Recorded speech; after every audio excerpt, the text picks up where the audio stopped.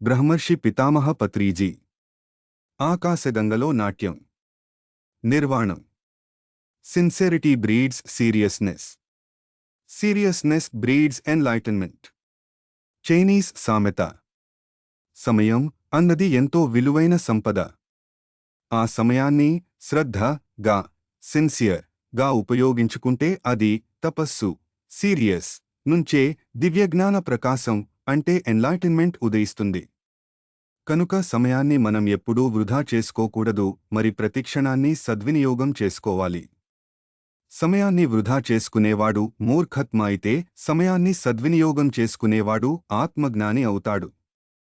మూర్ఖుల మాటలు పట్టించుకుంటూ సమయాన్ని వృధా చేసుకునేవాడు మూర్ఖుడు అయితే అవివేకుల మాటలు పట్టించుకుంటూ సమయాన్ని వృధా చేసుకునేవాడు అవివేకి అవుతాడు.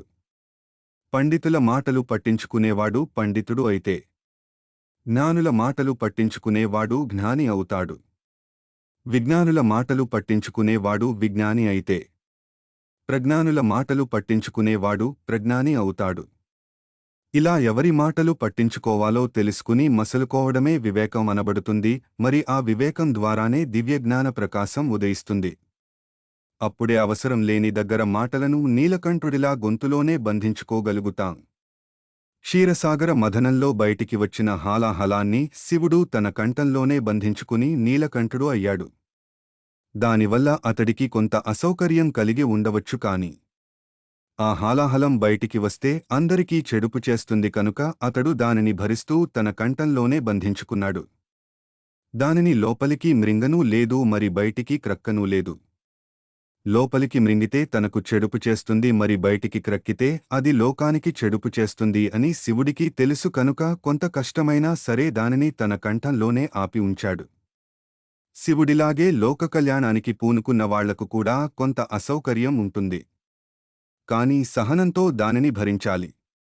శివుడిలాగే మనం కూడా అవసరమైన మాటలను మన కంఠంలోనే బంధించుకోవాలి.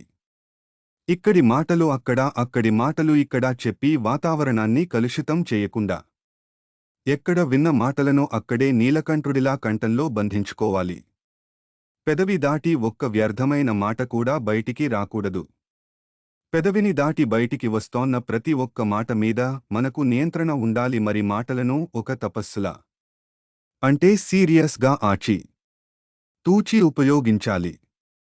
ఇలా మాటల ద్వారా లోకంలో హాలాహలం ఉత్పన్నమవుతున్నప్పుడు దానిని మన కంఠంలోనే దాచుకుని బయటికి రానివ్వకుండా ఆపడం వల్ల మనకు కొంత అసౌకర్యం కలుగుతుంది. అయినా సరే ఆ మాటలను బయటికి వదలకూడదు. నాగుపాములను మెడలో ధరించి తిరిగే నాగభూషణుడిలా కష్టాలను భరిస్తూ కూడా నిర్భయులుగా జీవించాలి. ముక్కంటి అయిన శివుడిలా ఎప్పటికప్పుడు ధ్యానంలో ఆకాశగంగ ద్వారా మన మూడవ కంటిని శక్తివంతం చేసుకోవాలి. మన రెండు చర్మచక్షువులను మరి మన మనోచక్షువును ఉత్తేజితం చేసుకోవాలి. శివుడిలా ఒక ప్రక్క పార్వతీదేవితో సంసారంలో ఆనంద తాండవం చేస్తూనే ఇంకో ప్రక్క ధ్యానం చేస్తూ ఆకాశగంగలో నాట్యం చేస్తూ నిర్వాణం చెందాలి.